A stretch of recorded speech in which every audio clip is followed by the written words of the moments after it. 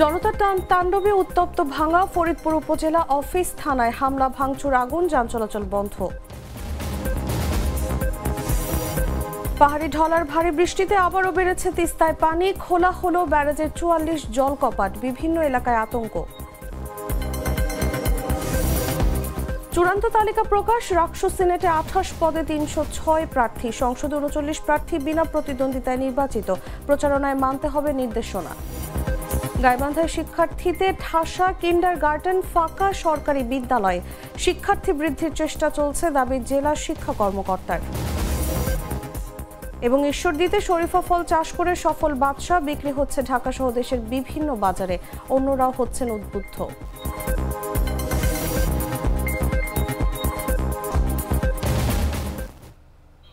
এতক্ষণ শুনছিলেন সংবাদ শিরোনাম। দর্শক, আমন্ত্রণ দেশ জুড়ে সংবাদে, সাথে আছি আমি তাসলিমা তিথি। চকলেটে একাকার হয়ে ওঠা প্রাণ লেয়ার সম্পর্কের মিষ্টি ম্যাজিক। চলে যাচ্ছি পুরো খবরে। ফরিদপুরের ভাঙায় আসন পুনর্বিন্যাসকে কেন্দ্র করে বিক্ষোভকারীরা উপজেলা পরিষদ ও থানায় হামলা চালিয়ে ভাঙচুর ও অগ্নিসংযোগ করেছে।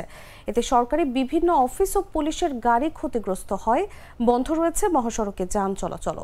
সোমবার সকাল থেকে সড়কের পাশে দাঁড়িয়ে বিক্ষোভ করলেও বেলা ১১টার দিকে মহাসড়কের ওপর টায়ার জ্বালিয়ে বিদ্যুতের খুঁটি ফেলে বিক্ষোভ শুরু করেন আন্দোলনকারীরা।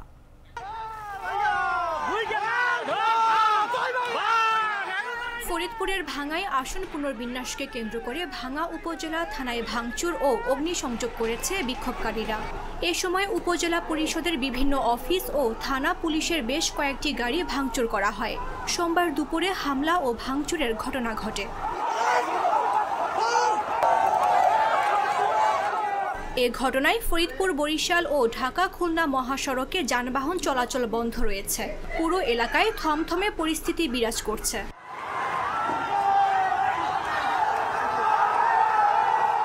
প্রত্যক্ষদর্শীরা জানায়, আন্দোলনকারী হাজার হাজার জনতা উপজেলা পরিষদের ভেতরে প্রবেশ করে সরকারি বিভিন্ন অফিস ভেঙে আগুন ধরিয়ে দেয়।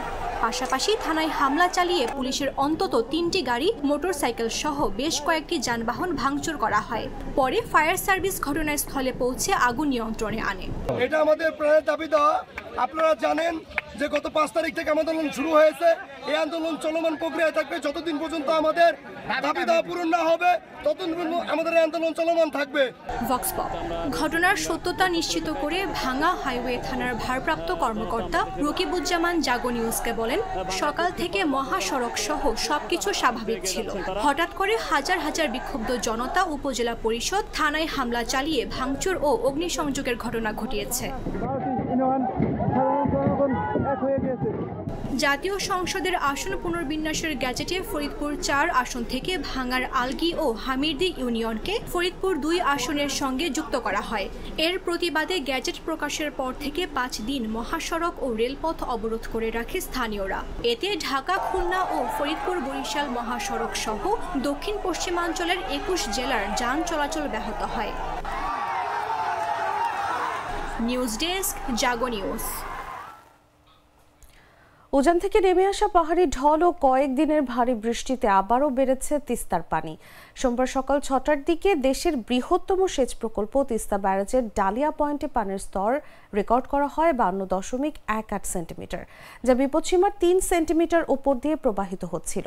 তবে সকাল ৯টায় পানি কমে ১ সেন্টিমিটার নিচ দিয়ে প্রবাহিত হয়। পানি নিয়ন্ত্রণে ব্যারেজের ৪৪টি জলকপাট খুলে রেখেছে কর্তৃপক্ষ। এদিকে হঠাৎ পানি বৃদ্ধি পাওয়ায় তিস্তাপাড়ের নীলফামারীর ডিমলা উপজেলার বিভিন্ন এলাকার মানুষজনের মধ্যে আতঙ্ক দেখা দিয়েছে। পাবর ডালিয়া ডিভিশনের নির্বাহী প্রকৌশলী অমিতাভ চৌধুরী জানান, উজানে ভারী বর্ষণ ও পাহাড়ি ঢলের কারণে তিস্তার পানি বৃদ্ধি পাচ্ছে। পরিস্থিতি স্বাভাবিক রাখতে ব্যারেজের সব জলকপাট খুলে রাখা হয়েছে।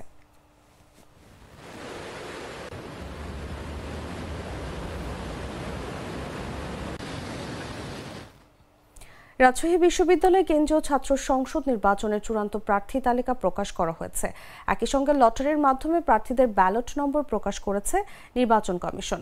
এতে সহ সভাপতি পদে 18 জন, সাধারণ সম্পাদক পদে 13 জন, সহ সাধারণ সম্পাদক পদে 16 জন সহ বিভিন্ন পদে মোট 306 জন প্রার্থিতা করছেন। রোববার বিকেল 4টায় সিনেট ভবনে মোট প্রার্থী সংখ্যা ও ব্যালট নম্বর প্রকাশ করেন রাকসু কোষাধ্যক্ষ অধ্যাপক ডক্টর সেতাউর রহমান। এদিকে হল ছাত্র সংসদ বিনা প্রতিদ্বন্দ্বিতায় ৩৯ জন জয়ী হয়েছেন। এর মধ্যে মেয়েদের 6টি হলে 36 জন ও ছেলেদের একটি হলে 3 জন রয়েছেন। এছাড়া মেয়েদের 4টি হলে একটি করে পদে কেউ মনোনয়ন উত্তোলন না করায় পদগুলো ফাঁকা থাকছে। সোমবার বিনা প্রতিদ্বন্দ্বিতায় নির্বাচিতদের মধ্যে বিজয় 24 হলে 3 জন, মন্নুজান হলে 1 জন, রোকেয়া হলে 6 জন, তাপসী রাবেয়া হলে 3 জন, বেগম খালেদা জিয়া হলে 10 জন, রহমতুন্নেসা হলে 9 জন এবং জুলাই 36 হলে 7 জন রয়েছেন। এছাড়া বেগম খালেদা জিয়া হলে সহকারী বিতর্ক ও সাহিত্য সম্পাদক পদে এবং রোকেয়া, জুলাই 36 ও রহমতুন্নেসা হলে নির্বাহী সদস্য পদে একটি করে 3টি সহ মোট 4টি পদে কেউ মনোনয়নপত্র সংগ্রহ করেননি। ফলে পদগুলো ফাঁকা থাকবে। রাকসুর প্রধান রিটার্নিং কর্মকর্তা প্রফেসর ডক্টর মোহাম্মদ সেতাউর রহমান এ তথ্য নিশ্চিত করেছেন।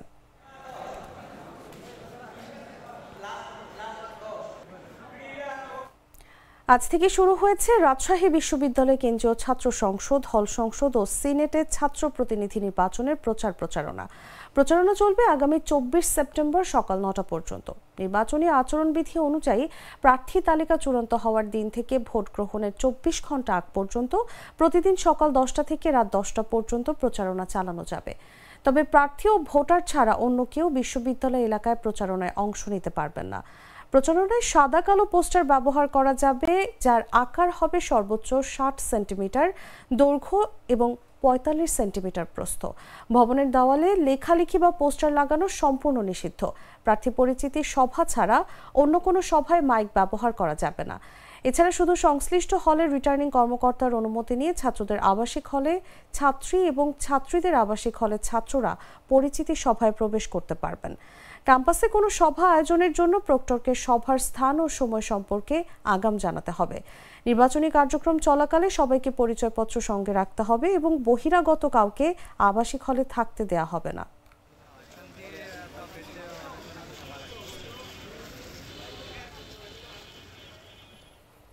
চট্টগ্রাম শাহ আমানত আন্তর্জাতিক বিমানবন্দরে হারানো ব্যাগ ফিরে পেয়েছেন ইন্দোনেশিয়ান নাগরিক অ্যাডে মোহাম্মদ। ব্যাগে ল্যাপটপ, গুরুত্বপূর্ণ সার্টিফিকেট ও নথিপত্র ছিল। বিমানবন্দর কর্তৃপক্ষের উদ্যোগে 11 দিন পর ব্যাগটি তার প্রতিনিধির মাধ্যমে মালিকের কাছে পৌঁছে দেওয়া হয়। বিস্তারিত জাগো ডেস্ক রিপোর্টে। Especially the security officer who have helped me a lot of get my bag that I lost in airport few days ago. Chattogram Shah Amanat আন্তর্জাতিক বিমানবন্দরে হারিয়ে যাওয়া ব্যাগ ফিরে পেয়েছেন অ্যাডে মোহাম্মদ নামে এক ইন্দোনেশিয়ান নাগরিক। তার ব্যাগে ল্যাপটপ সহ গুরুত্বপূর্ণ সার্টিফিকেট ও বিভিন্ন নথিপত্র ছিল। অ্যাডে সমুদ্রগামী জাহাজের একজন কেবিন ক্রু। রোববার বিমানবন্দর কর্তৃপক্ষ থেকে তার প্রতিনিধি ব্যাগটি গ্রহণ করেন। এরপর এক ভিডিও বার্তায় শাহ আমানত আন্তর্জাতিক বিমানবন্দর কর্তৃপক্ষকে কৃতজ্ঞতা জানান অ্যাডে Mohammad. I want to say thank you to Airport of 6 Department of Shah Amanat International Airport. Before I lost my bag on 29 August and I want to ride a ship that was picked up by an Indian car. But there my bag was lost. I don't know where and I thought it was lost in the Asian car, but it wasn't there. রোববার রাতে বিমানবন্দর কর্তৃপক্ষের জনসংযোগের দায়িত্বপ্রাপ্ত প্রকৌশলী মোহাম্মদ ইব্রাহিম খলিল বিষয়টি জাগো নিউজকে নিশ্চিত করেন। শাহ আমানত বিমানবন্দর সূত্রে জানা গেছে, গত 30 আগস্ট বিমানবন্দরের যাত্রী পার্কিং থেকে পরিত্যক্ত অবস্থায় একটি ট্রাভেল ব্যাগ উদ্ধার করেন নিরাপত্তা বিভাগের কর্মকর্তারা। এরপর ব্যাগটি স্ক্যানিং করে এতে একটি ল্যাপটপ, মেডিসিন, গেমিং ডিভাইস, বিভিন্ন গুরুত্বপূর্ণ সার্টিফিকেট এবং একটি নথি পাওয়া যায়। Thank you a lot of 6 Department of Shah Amanat International Airport and especially the security officer.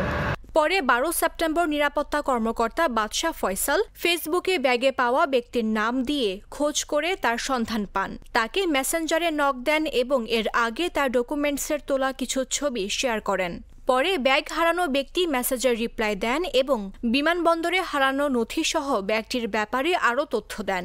বিষয়টি নিশ্চিত হয়ে ব্যাগটি সব ডকুমেন্টস সহ চট্টগ্রাম শাহ আমানত আন্তর্জাতিক বিমানবন্দরের নিরাপত্তা শাখায় জমা থাকার বিষয়টি অ্যাডে মোহাম্মদকে অবগত করা হয়।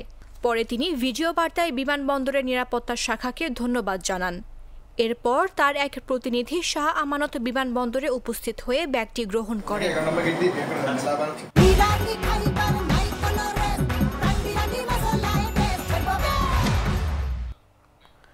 শরতের আগমন উপলক্ষে গ্রাম বাংলার ঐতিহ্য আর পরিবেশ সচেতনতার এক দারুণ মিশেল দেখা গেল ইসলামী বিশ্ববিদ্যালয়ে।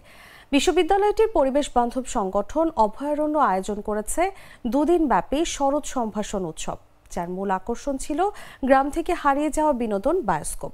অনুষ্ঠান স্থল সাজানো হয় প্লাস্টিক ও বর্জ্য থেকে তৈরি রঙিন সজ্জা দিয়ে। ঝুলানো হয়েছিল কাগজের মেঘ, পাখি আর শরৎ ঘন ডেকোরেশন। দর্শনার্থীদের জন্য প্রদর্শন করা হয় ঐতিহ্যবাহী মাটির শিল্পপণ্য। এছাড়া খাঁচা সাজানো হলেও ভেতরে কোনো পাখি রাখা হয়নি, যেন উন্মুক্ত আকাশের স্বাধীনতার প্রতীক ফুটে ওঠে। সবকিছুর মধ্যেই ছিল শরৎকে বরণ আর পরিবেশ বান্ধব সংস্কৃতি প্রচারের বার্তা। শুধু সাজসজ্জা নয়, এবারের মূল আকর্ষণ ছিল পুরনো দিনের বিনোদন বায়োস্কোপ।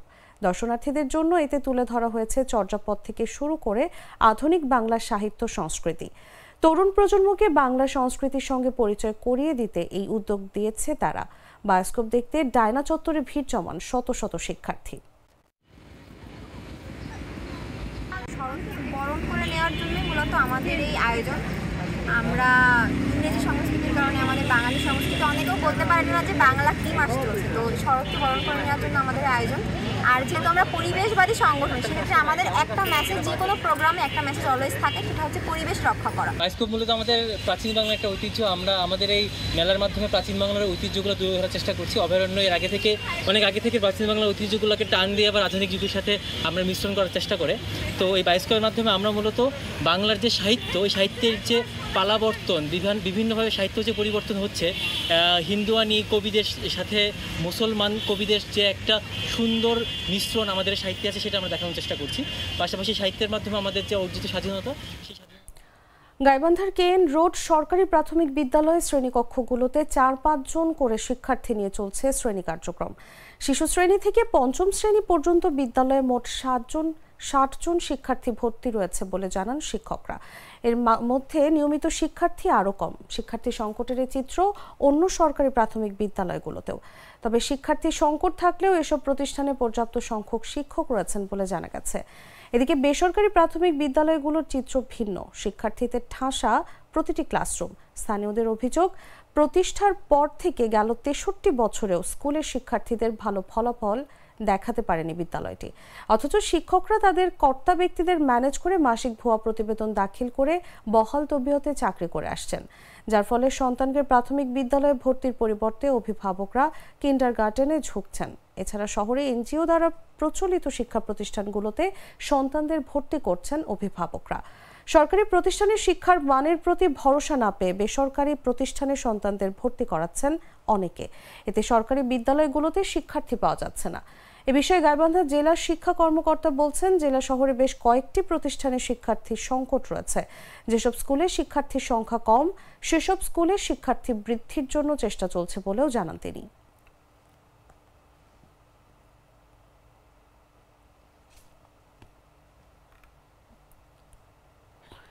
চাঁপাইনবাবগঞ্জের রানীহাটিতে কবরস্থানে পুঁতে রাখা প্রায় 40 থেকে 50টি ককটেল বিস্ফোরণ হয়েছে। সোমবার ভোর 4টার দিকে সদর উপজেলার ধুমি হায়াতপুর এলাকার আহসান মঞ্জুরের কবরস্থানে এই ঘটনা ঘটে।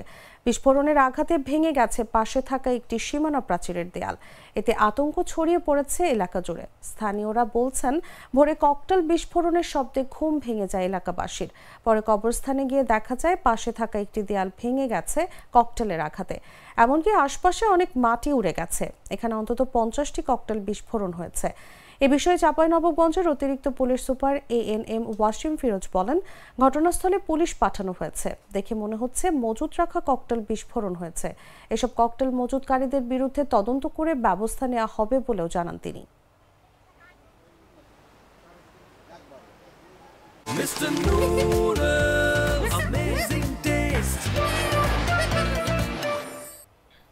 পাবনার ঈশ্বরদীতে বাণিজ্যিকভাবে শরীফা চাষ করে সফল হয়েছেন জাতীয় স্বর্ণপদক প্রাপ্ত কৃষক শাহজাহান আলী বাদশাহ।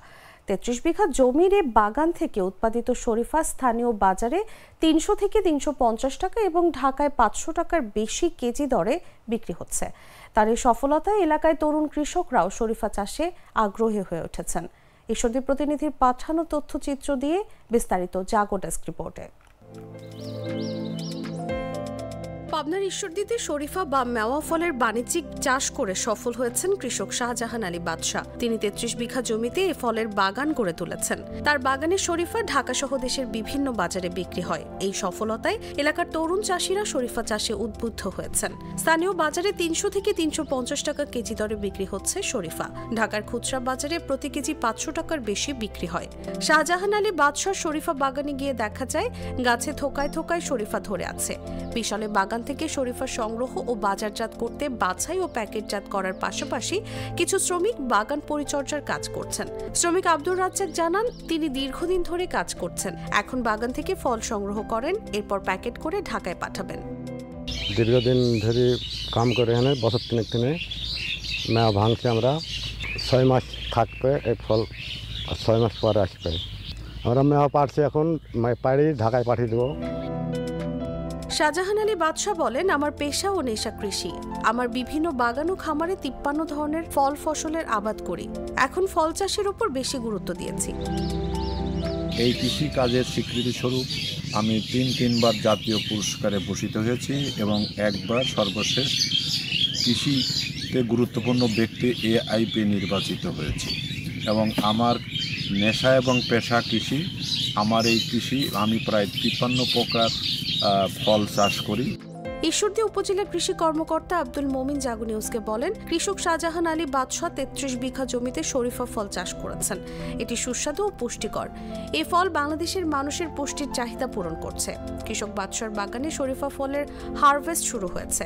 ফলের দামও ভালো পাচ্ছেন। তার দেখা দেখি অন্যরাও শরীফা চাষে উদ্বুদ্ধ হয়েছেন। বর্তমানে বাংলাদেশের মানুষের পুষ্টি চাহিদা এটা পূরণ করে চলেছেন। আর বাসা ভাইয়ের খামারে বর্তমানে হারভেস্টিং শুরু হয়ে গেছেন। তিনি দামও ভালো পাচ্ছেন এবং তার দেখা দেখি আরও অনেক কৃষক ভাইয়েরা এই শরীফা ফল চাষে উদ্বুদ্ধ হচ্ছেন। অনেকেই শরীফা ফল নামে চিনলেও পর্তুগিজ ভাষায় একে আতা বলা হয়। পর্তুগিজরাই ফলটিকে এ দেশে নিয়ে আসেন। গাছের উচ্চতা প্রায় 8 থেকে 10 মিটার। প্রতিটি ফলের ওজন 100 থেকে 300 গ্রাম পর্যন্ত হয়। শ্বাসের রং সাদা ও ক্রিম ধরনের, মিষ্টি ও সুস্বাদু। চিনির মতোই মিহি দানা থাকে। দর্শক, সংবাদ শেষ করার আগে শিরোনামগুলো জানিয়ে দিচ্ছি আরো একবার।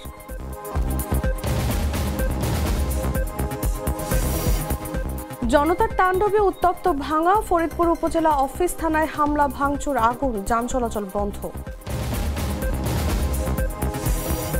পাহাড়ি ঢল আর ভারী বৃষ্টিতে আবারও বেড়েছে তিস্তায় পানি। খোলা হলো ব্যারাজের 44 জলকপাট। বিভিন্ন এলাকায় আতঙ্ক। চূড়ান্ত তালিকা প্রকাশ। রাকসু সিনেটে 28 পদে 306 প্রার্থী। সংসদে 39 প্রার্থী বিনা প্রতিদ্বন্দ্বিতায় নির্বাচিত। প্রচারণায় মানতে হবে নির্দেশনা। গাইবান্ধের শিক্ষার্থীদের ঠাসা কিন্ডারগার্টেন, ফাঁকা সরকারি বিদ্যালয়। শিক্ষার্থী বৃদ্ধির চেষ্টা চলছে, দাবি জেলা শিক্ষা কর্মকর্তার। এবং ঈশ্বরদীতে শরীফা ফল চাষ করে সফল বাদশাহ। বিক্রি হচ্ছে ঢাকা সহ দেশের বিভিন্ন বাজারে। অন্যরা হচ্ছেন উদ্বুদ্ধ।